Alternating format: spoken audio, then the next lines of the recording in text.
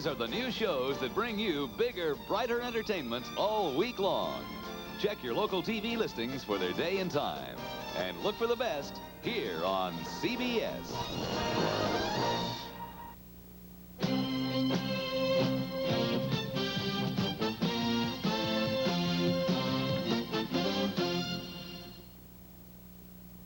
Next Saturday, Willa, a woman surrounded by men. All they want is her. But all Willa wants is a better life for her kids and the chance to prove herself in a tough job. You know I'm ready. Find yourself a nice man and make some babies, huh? Deborah Raffin is Willa on next week's CBS Saturday Night Movie. This is CBS. News Scene next on 5. 3 smart new Dodge Aspens, 3 great values. Now they can be even greater values during our Aspen Automatic Savings Days. Buy a new Aspen with a special option package that includes things you'd probably want on your car anyway, like power steering and brakes, white sidewalls, a radio, and so on. And by passing his savings on to you, your Dodge dealer can include an automatic transmission at no extra charge. A savings of more than $300 at your Dodge dealers now. So you'd best hurry down to your Dodge dealer. He's making a great value even more valuable. There's something brewing, and it's headed your way. Crisp, cold, refreshing.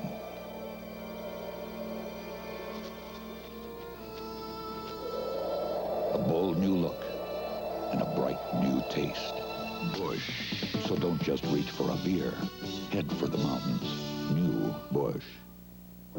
Just $298 buys your choice of a 19-inch GE or Toshiba solid-state color portable TV during Robert's grand opening sale, I-85 at Jimmy Carter Boulevard.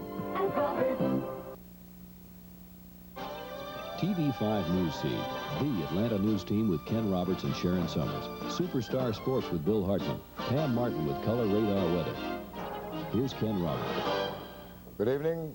Sharon Summers has the night off. John Weatherford is taking her place.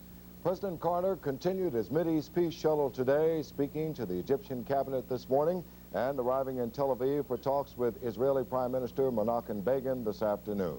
Carter said that his talks with Sadat strengthened his belief that peace can be achieved soon. I have good reason to hope that the goal can now be reached. But of course, the ultimate choice lies where those choices have always lain, with the chosen representatives of the people who have suffered directly from so many years of destruction and bloodshed. I look forward to completing the urgent business at hand on this brief visit. This morning, Carter spoke to the Egyptian parliament in Cairo. He said that he has a commitment from both countries that the proposed treaty will be linked to a comprehensive Mideast settlement. A settlement that would include the Palestinian nation. Of a comprehensive peace. I pledge to you today that I also remain personally committed to move on to negotiations concerning the West Bank and the Gaza Strip and other issues of concern to the Palestinians and to future negotiations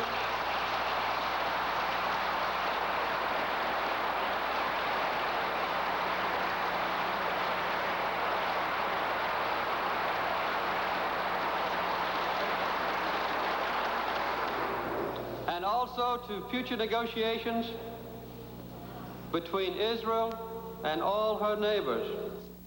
On the other side of the coin, Carter said he understood the position of Egyptian President Anwar Sadat. I fully share and will support President Sadat's belief that stability must be maintained in this part of the world, even while constructive change is actively encouraged.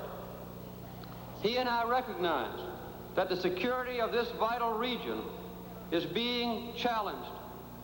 I applaud his determination to meet that challenge, and my government will stand with him.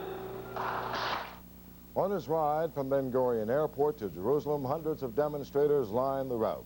They were demonstrating both for and against his peace mediation, but those who were shouting "Carter, go home" were most prominent. Conflicting reports come from East Africa tonight on the situation in Uganda. Some sources say Tanzanian invaders and Ugandan rebels are steadily advancing on the capital of Kampala.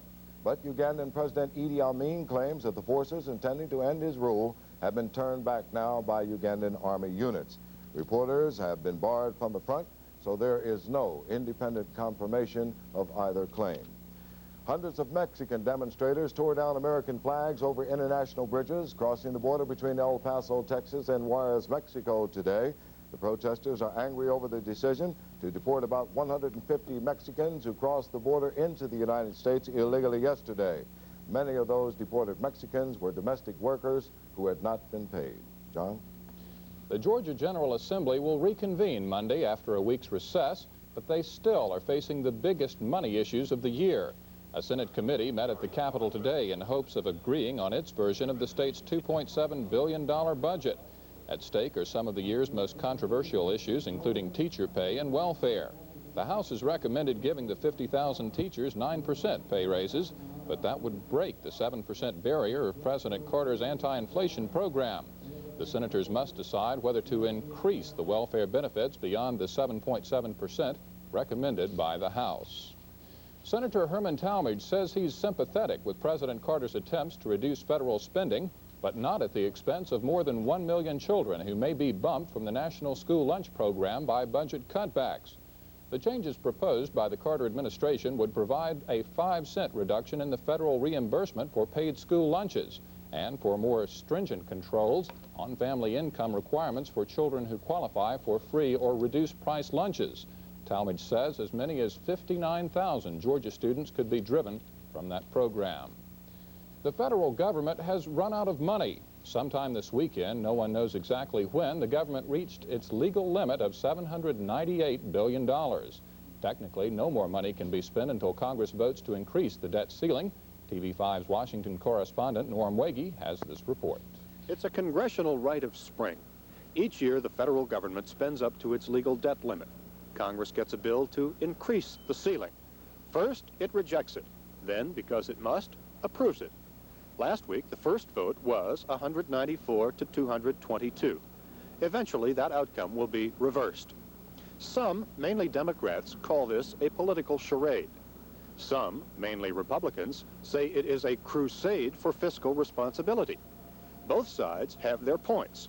One Republican reports that an $800 billion public debt means an $11,000 debit for every tax-paying family. And of the income tax your family pays this April, $842 will go to pay only the interest on the national debt, a debt that increases by $134,000 a minute. It's staggering. Democrats say Congress must be willing to pay for the bills it authorizes. Voting for big expenditures in the fall leads to a day of reckoning in the spring. 6 Georgia Democrats voted to increase the debt ceiling. Levitas, Mathis, McDonald, and Republican freshman Gingrich voted against. The debt ceiling issue will come before the House again on Thursday. At the Capitol in Washington, Norm Wagey, TV5 News Scene. Atlanta Flames were back in action again tonight, and Sports Director Bill Hartman will have highlights, scores, and more. It's all coming next when News Scene checks the sports scene.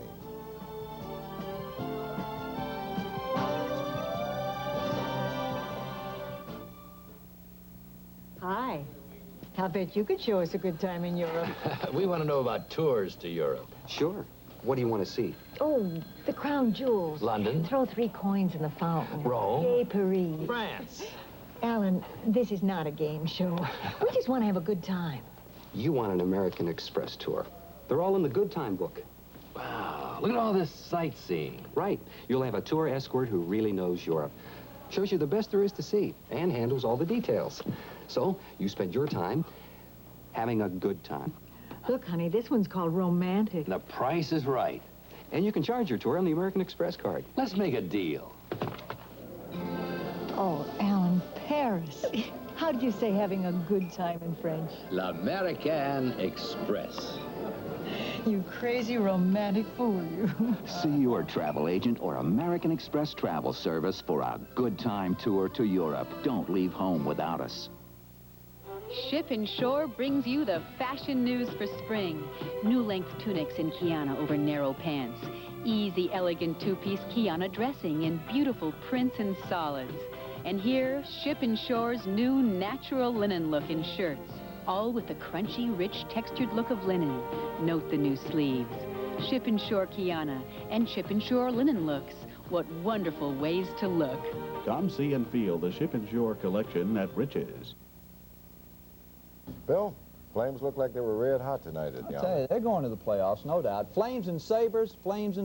Down at the Omni, we ended up a 5-5 tie. We've got highlights for you, starting out with the Atlanta goal that opened the scoring in the first period. It was picture book. Now watch it. Fox, Chouinard, and McMillan, 3-on-1 fast break. This is how the coaches draw it up on the blackboard.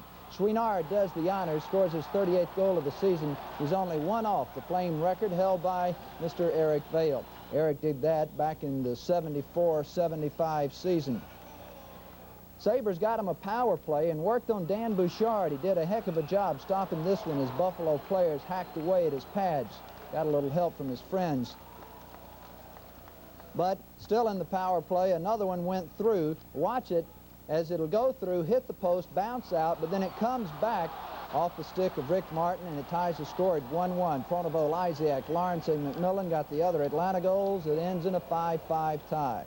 Other scores, Rangers beat Montreal 6-3, Islanders over Chicago 7-1, Boston beat Minnesota 4-3, Pittsburgh over Philadelphia 3-2, Toronto beat Los Angeles 9-4, Colorado 3, Vancouver 1, and it was Washington 7, St. Louis 5. It was championship night in Georgia high school basketball down at the Tech Dome. Decula beat Wheeler County to win the state championship 47-45. Got a highlights of that one for you. Starts off with Doug Mahaffey of Decula scoring a basket for the white-shirted Decula team. They have a good history of basketball in Decula. Had not won the state championship in quite some time, but they did tonight by 2 points. Here's Sandy Ramey getting the bucket for Decula. Last night, Decula beat Metter to get into the finals, and they took advantage of it once they got there. There you see the score in the upper left-hand corner. Decula 47, Wheeler County 45. Here are the champions in Class Quad A. Boys, Southwest Macon 69, Northeast Macon 60. Girls, Lowndes County 57, Baldwin 41. Southwest Atlanta won the AAA Boys Championship 69-68 over Upson County. Girls, it was Berrien County, the champs, over Madison County 68-47. Class AA, Arnold beat Mitchell County 83-81. East Hall